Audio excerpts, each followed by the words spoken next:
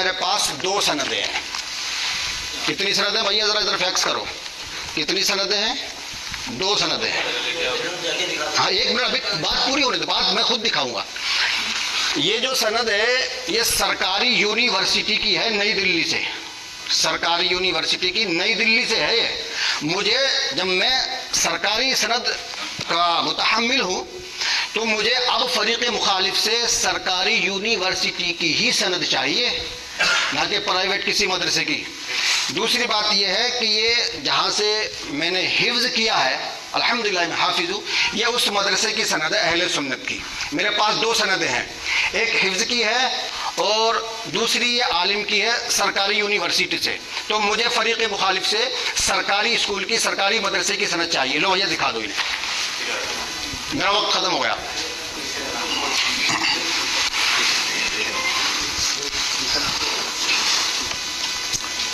ہو گیا.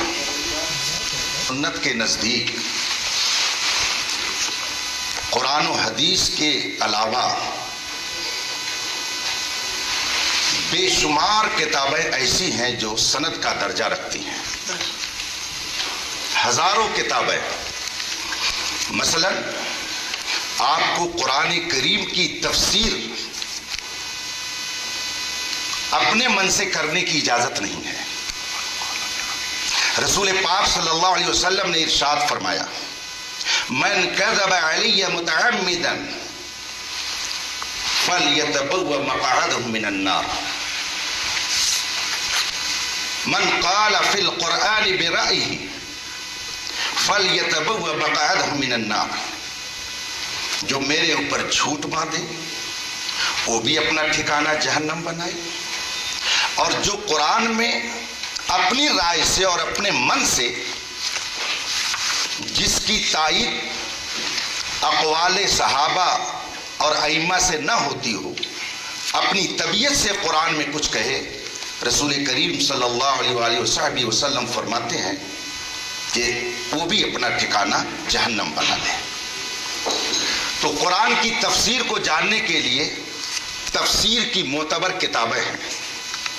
حدیث کی شرح کو جاننے کے لیے حدیث کی بہت ساری معتبر کتابیں ہیں. اسی طریقے سے اصول مناظرہ کو جاننے کے لیے یہ مستند کتاب ہے. اگر ان کے نزدیک یہ کتاب مستند نہیں ہے تو انکار کر سکتے ہیں، لیکن چونکہ اپنے آپ کو یہ اہل سنت سے کہتے ہیں اس لیے مجھے یہ امید نہیں ہے کہ وہ انکار کریں گے. ہمارے نزدیک جس طرح سے قرآن اور حدیث دلیل ہے، اسی طریقے سے معتبر علماء کی کتابیں اور ان کے ارشادات بھی دلیل ہیں، اور انہوں نے بے دلیل وہ باتیں نہیں کہی ہیں. آپ کہہ رہے ہیں کہ انہوں نے قرآن سے کوئی ثبوت نہیں دیا، جبکہ میں نے قرآن کی آیت پڑھی وَإِذَا خَاطَبَهُمُ الْجَاهِلُونَ قَالُوا سَلَامًا. قرآن خود کہتا ہے جاہلوں سے مباحثہ مت کرو، عالموں سے کرو. یہ قرآن کا حکم ہے.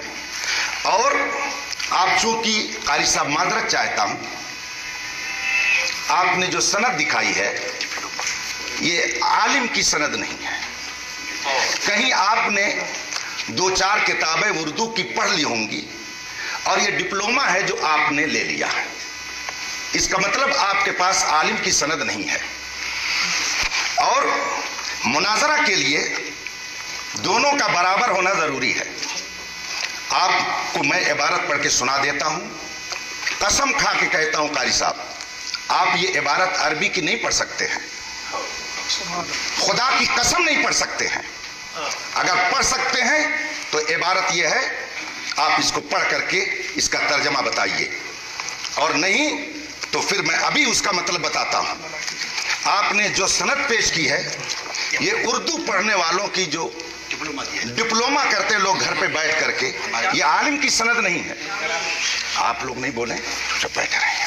یہ کتاب ان کو دے دیجئے، اگر وہ پڑھ کر کے اس کا مطلب بتا دیتے ہیں تو پھر میں یہ تیسری بار ان کے سامنے پڑھ رہا ہوں. تم بیٹھو.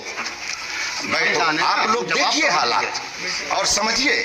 اب میں اگر ہم چونکہ اہل سنت و جماعت سے ہیں، ہم اپنے اکابر کو قابل اعتبار مانتے ہیں، ان پر ہمارا اعتماد اور بھروسہ ہے.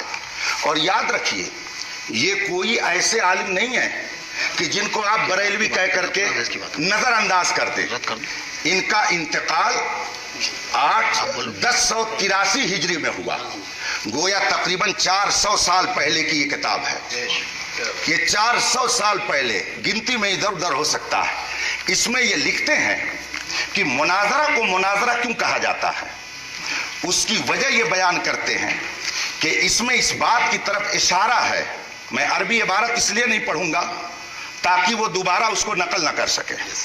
ترجمہ پڑھ رہا ہوں، عبارت وہ پڑھ دیں، پوری مجلس پر ان کا احسان ہوگا. پوری مجلس پر ان کا احسان ہوگا.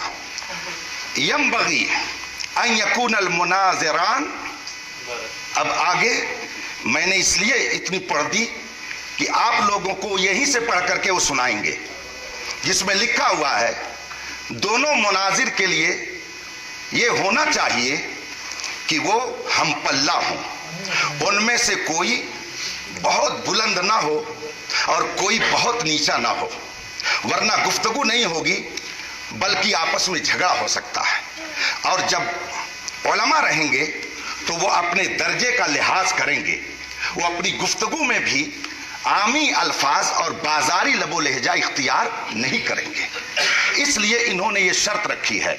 اور یہ کتاب جو میرے ہاتھ میں ہے رشیدیہ، اور پھر اس کے مصنف کی تاریخ وفات 1083 ہجری ہے.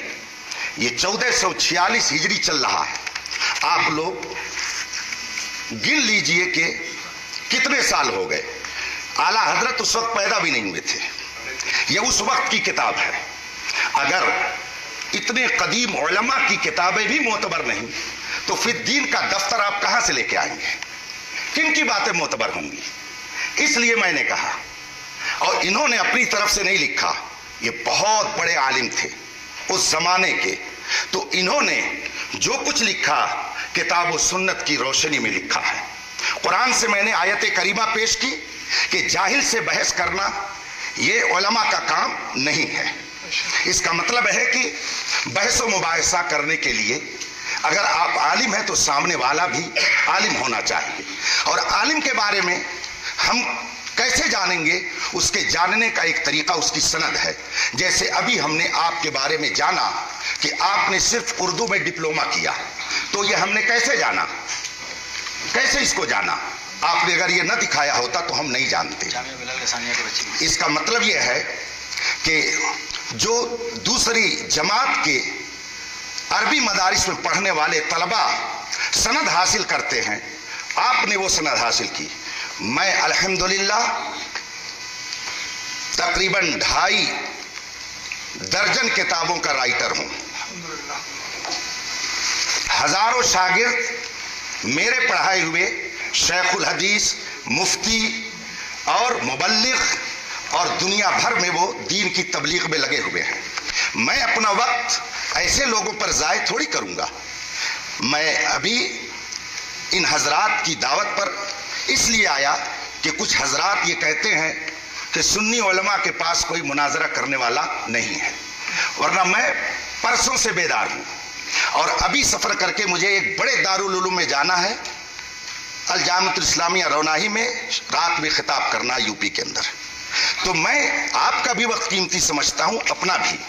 انہوں نے یہ سند پیش کی، یہ عالم دین نہیں ہے، اور جب عالم دین نہیں ہے تو عربی کتاب کیا پڑھیں گے؟ مناظرہ کے لیے اصول مناظرہ کا ہونا ضروری ہے.